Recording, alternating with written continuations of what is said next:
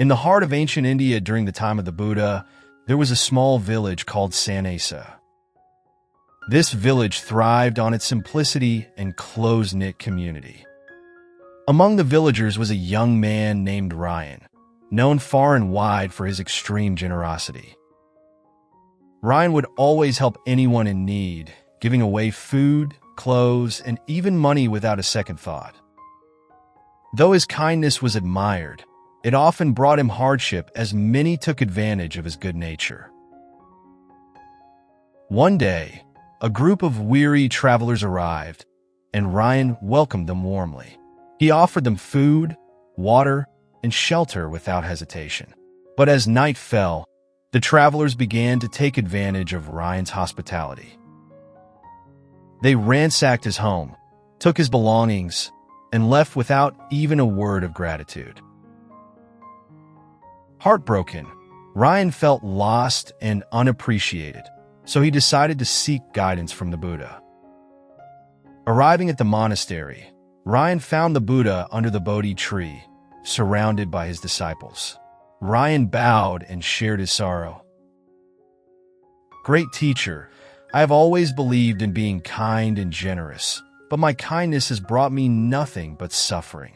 People take advantage of me, and I'm left with nothing. What am I doing wrong?" The Buddha, listening with compassion, responded gently. "Ryan, kindness and generosity are noble virtues, but they must be balanced with wisdom. Let me share a story with you. In a distant kingdom, there was a wise king named Ananda, beloved for his fairness and generosity. King Ananda had a beautiful garden that he cherished. It was full of rare flowers, fruit trees, and a crystal-clear pond.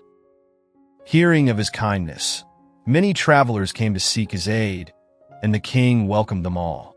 But not everyone was sincere. Some visitors began to demand more than they needed, destroying the garden and polluting the pond. Still, King Ananda hoped his generosity would inspire others to goodness, but instead, his beloved garden turned to ruins. One day, a wise sage visited the kingdom and saw the king's plight. "Great king," the sage said, "your heart is pure, but you misunderstand the true essence of kindness. Kindness without wisdom can lead to suffering." The king, eager to learn, asked for guidance. The sage explained, "Kindness is like a river. It must flow freely, but with boundaries. It must nourish and give life, but it should not allow itself to be polluted. True kindness comes with balance.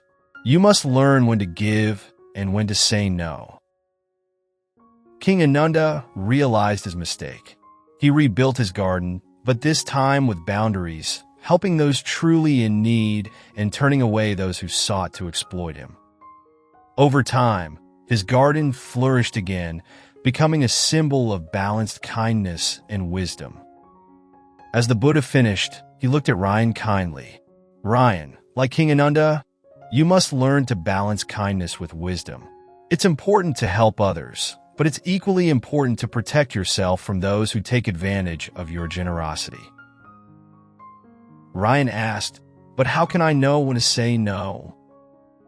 The Buddha replied, "It's a matter of mindfulness and discernment.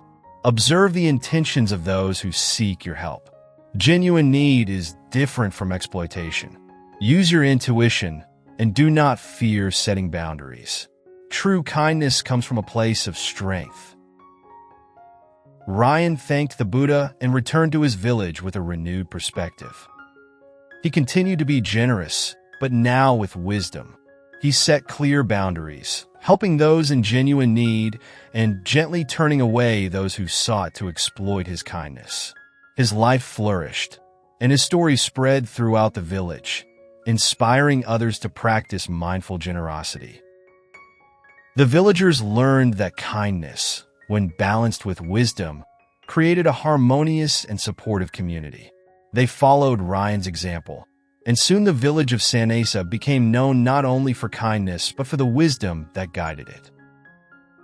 Kindness is a noble virtue, but it must be balanced with wisdom. Without boundaries, kindness can lead to suffering. True kindness involves giving wisely, understanding the needs of others while taking care of yourself. By practicing mindful generosity and setting boundaries, we can create a sustainable and harmonious community where everyone thrives. Thank you for watching.